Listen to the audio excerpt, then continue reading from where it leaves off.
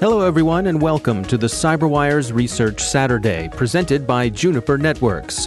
I'm Dave Bittner, and this is our weekly conversation with researchers and analysts, tracking down threats and vulnerabilities and solving some of the hard problems of protecting ourselves in a rapidly evolving cyberspace. Thanks for joining us.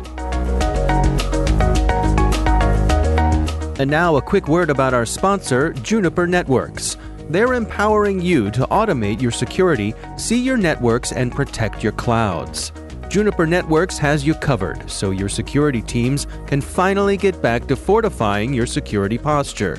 Learn more at juniper.net/security or connect with Juniper on Twitter or Facebook. That's juniper.net/security, and we thank Juniper for making it possible to bring you Research Saturday.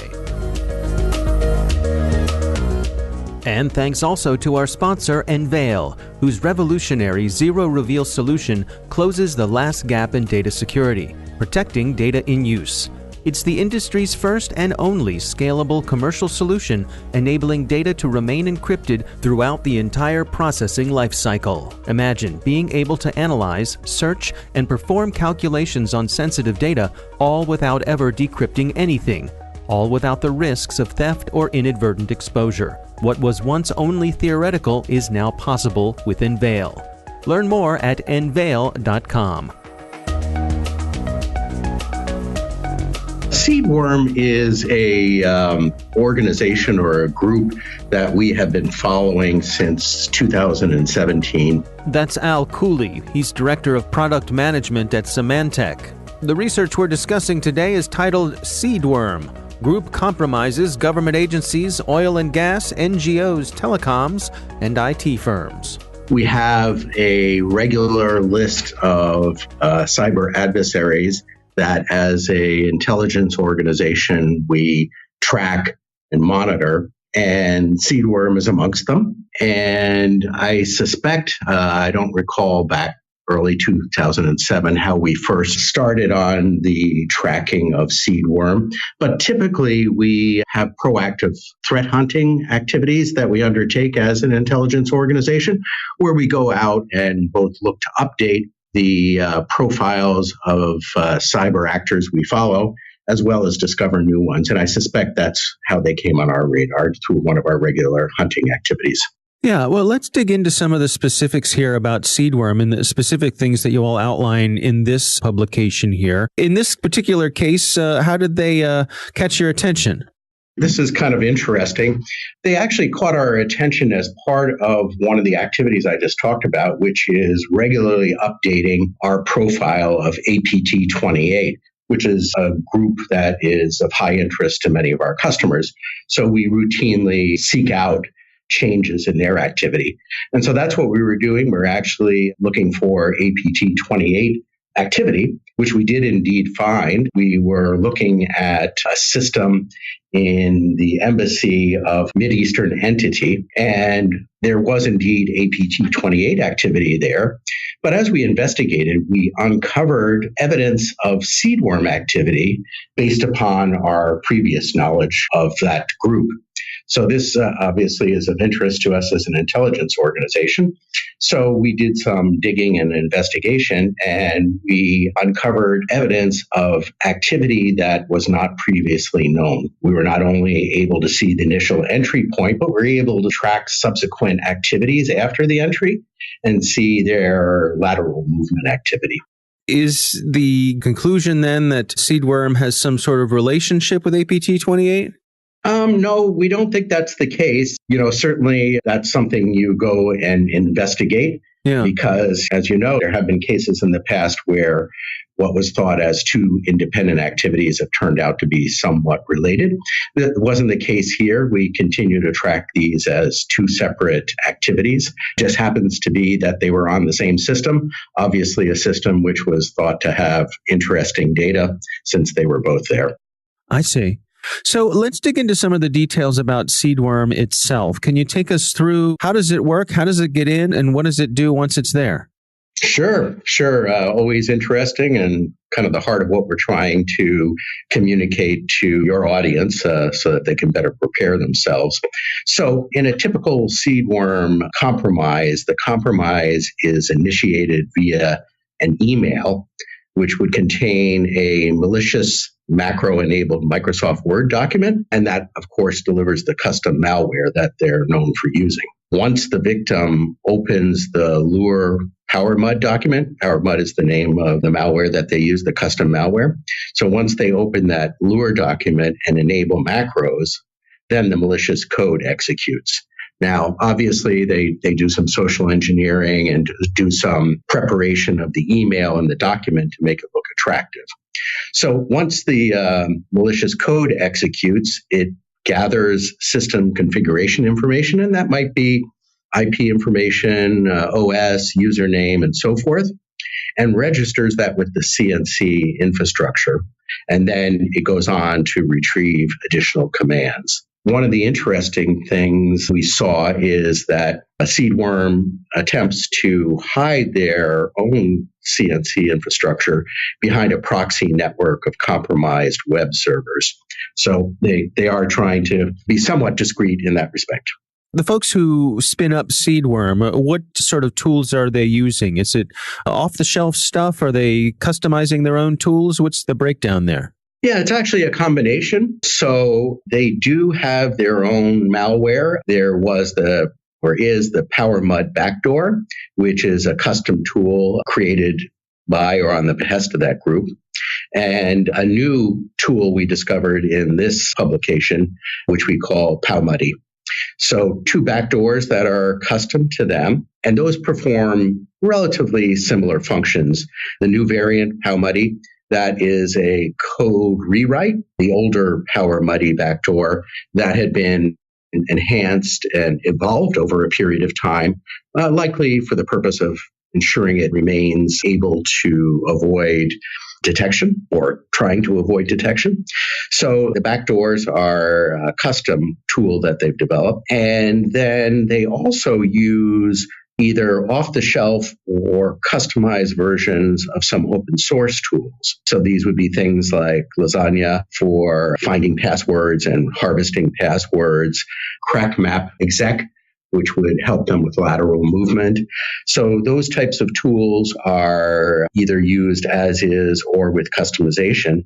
And then interestingly, we found that they were using a GitHub repository too.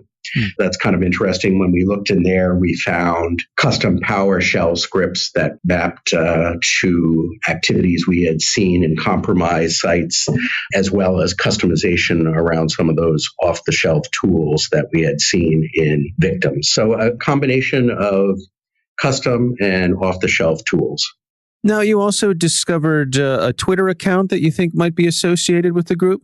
Yes. And so, this is the case where once you discover something like the GitHub account, we look for similarities in other media to the profile of the account we discovered at GitHub. And we found a profile at Twitter that aligned pretty closely to the account in GitHub. And then when we went and looked at the activities of that Twitter account, we could see that the individual who had set up that account was following researchers that wrote on Seedworm. We also discovered that they were following people who did enhancements to the tools they use.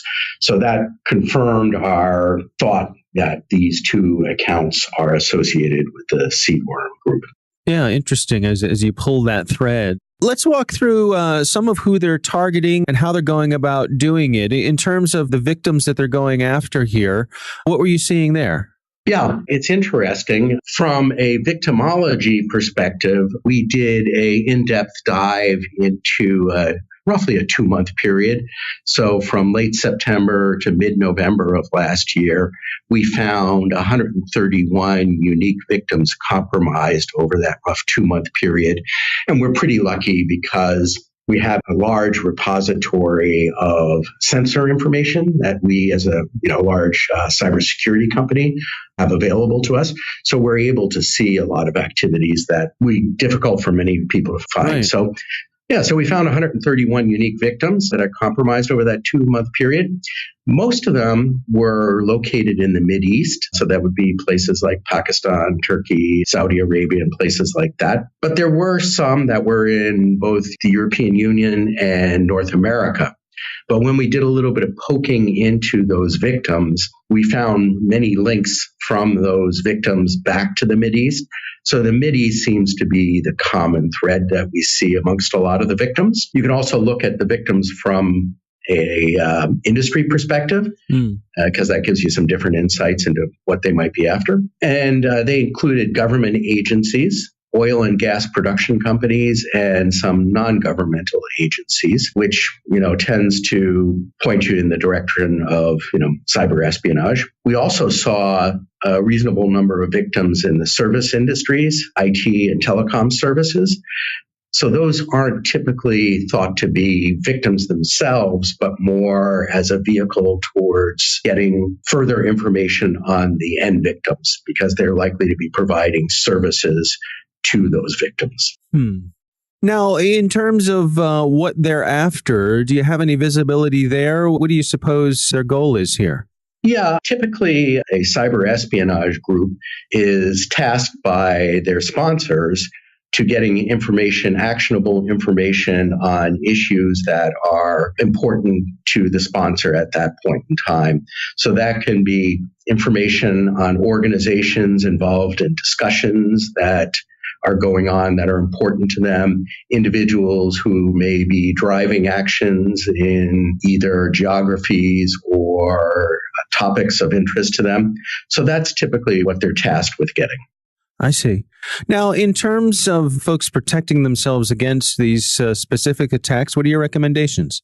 There's a variety of things that people can do. Certainly, you want to make sure you have in place both network and endpoint protections, because there are detections available for the malware that they're using. And in fact, when we looked at the victims that we studied, we did feel that those protections were firing. So certainly put those in place. Other things you can do is the monitoring of administrative tools. Those should be monitored, and you should not see anybody using administrative tools that's not an administrator in your organization. So if an end user is using an administrative tool, that is something you should definitely take a look at. Other things you can do are the basic things around end user education. Don't download documents you are not familiar with. Don't open them.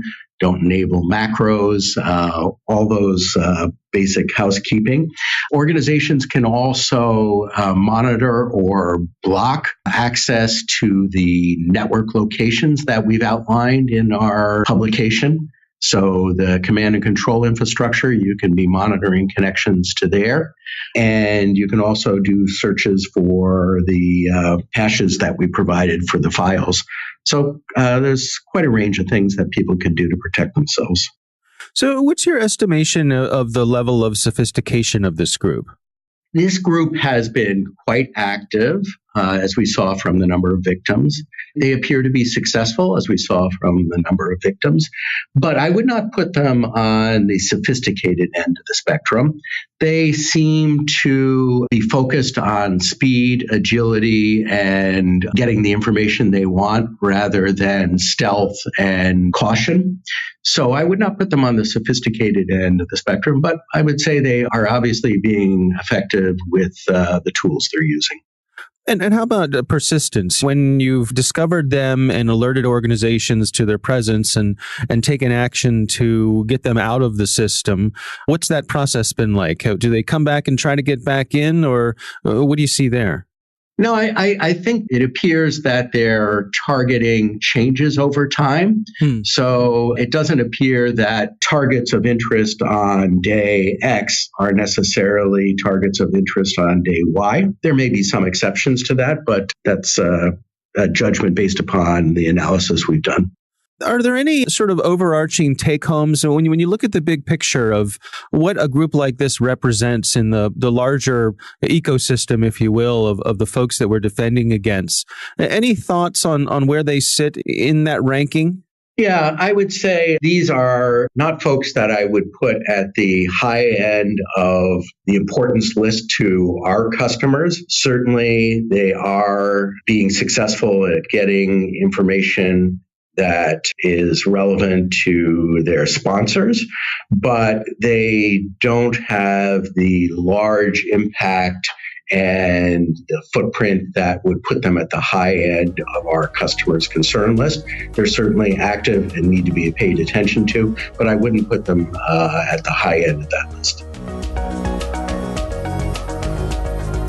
Our thanks to Al Cooley from Symantec for joining us. The research is titled Seedworm: Group Compromises Government Agencies, Oil and Gas, NGOs, Telecoms, and IT Firms. We'll have a link in the show notes. Thanks to Juniper Networks for sponsoring our show. You can learn more at juniper.net/security or connect with them on Twitter or Facebook. And thanks to Enveil for their sponsorship. You can find out how they're closing the last gap in data security at enveil.com. The CyberWire Research Saturday is proudly produced in Maryland out of the startup studios of Data Tribe, where they're co-building the next generation of cybersecurity teams and technology. The coordinating producer is Jennifer Iben, editor is John Petrick, technical editor is Chris Russell, executive editor is Peter Kilpie, and I'm Dave Bittner. Thanks for listening.